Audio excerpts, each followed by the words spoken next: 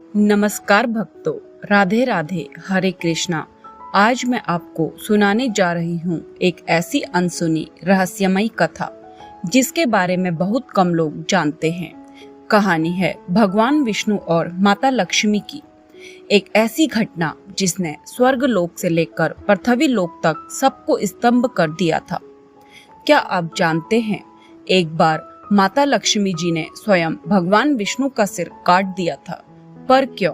आखिर क्या कारण था कि सृष्टि की पालनहार देवी ने अपने ही पति नारायण को दंड दिया? तो आइए जानते हैं इस रहस्य को विस्तार से। वैकुंठ लोक में उस दिन बड़ा ही सुंदर वातावरण था। हर तरफ दिव्य प्रकाश फैला हुआ था।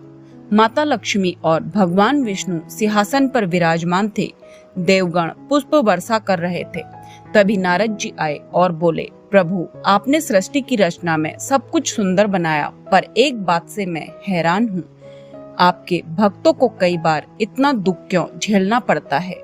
भगवान विष्णु मुस्कुराए, नारद, यह संसार कर्मों का क्षेत्र है। जो जैसा करता है वैसा ही फल पाता है।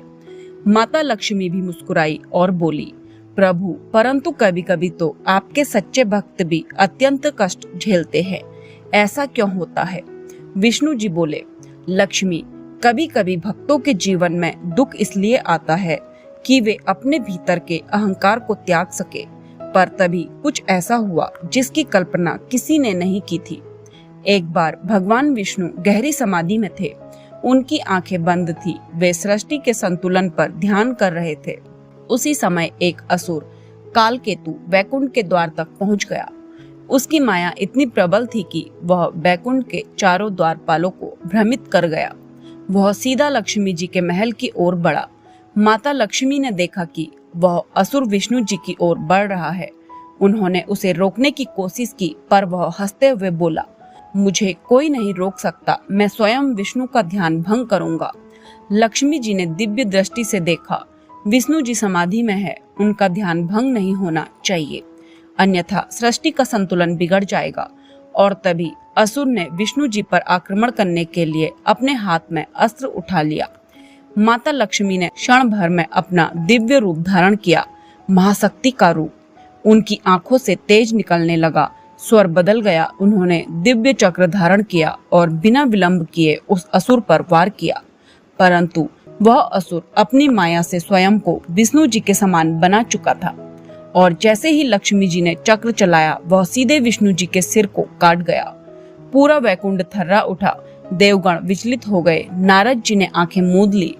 लक्ष्मी जी स्वयं स्तंभ रह गई। मैंने क्या कर दिया?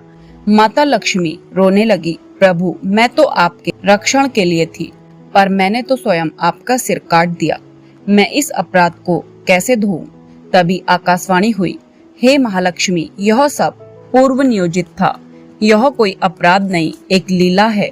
लक्ष्मी जी ने ऊपर देखा। अचानक एक दिव्य प्रकाश प्रकट हुआ और उसमें स्वयं भगवान विष्णु का स्वर गूंज उठा, देवी, यह सब मेरी ही इच्छा से हुआ है। यह असुर मेरी माया का अंश था।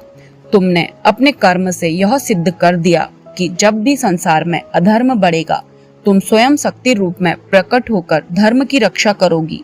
विष्णु जी का सिर पुनः उनके धड़ से जुड़ गया। सारी सृष्टि ने जय लक्ष्मी नारायण का घोष किया। माता लक्ष्मी के आंसू मोतियों की तरह गिर रहे थे। वो मोती वैकुंठ के उद्यान में बिखर गए, जो आज भी लक्ष्मी पुष्प के नाम से जाने जाते हैं। तब भगवान बोले, देवी, तुमने अपने साहस और प्रेम से सृष्टि को बचाया है।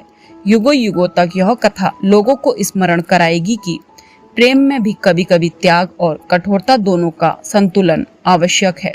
और तभी से माना जाता है कि जब कोई स्त्री अपने परिवार की रक्षा के लिए कठोर निर्णय लेती है, तो उसमें माता लक्ष्मी का ही अंश कार्य करता है। यह कथा हमें सिखाती है कि सच्चा प्रेम केवल कोमल नहीं होता, वह सृष्टि की रक्षा के लिए दृढ़ भी होता है। जय लक्ष्मी नारायण, हरे कृष्णा।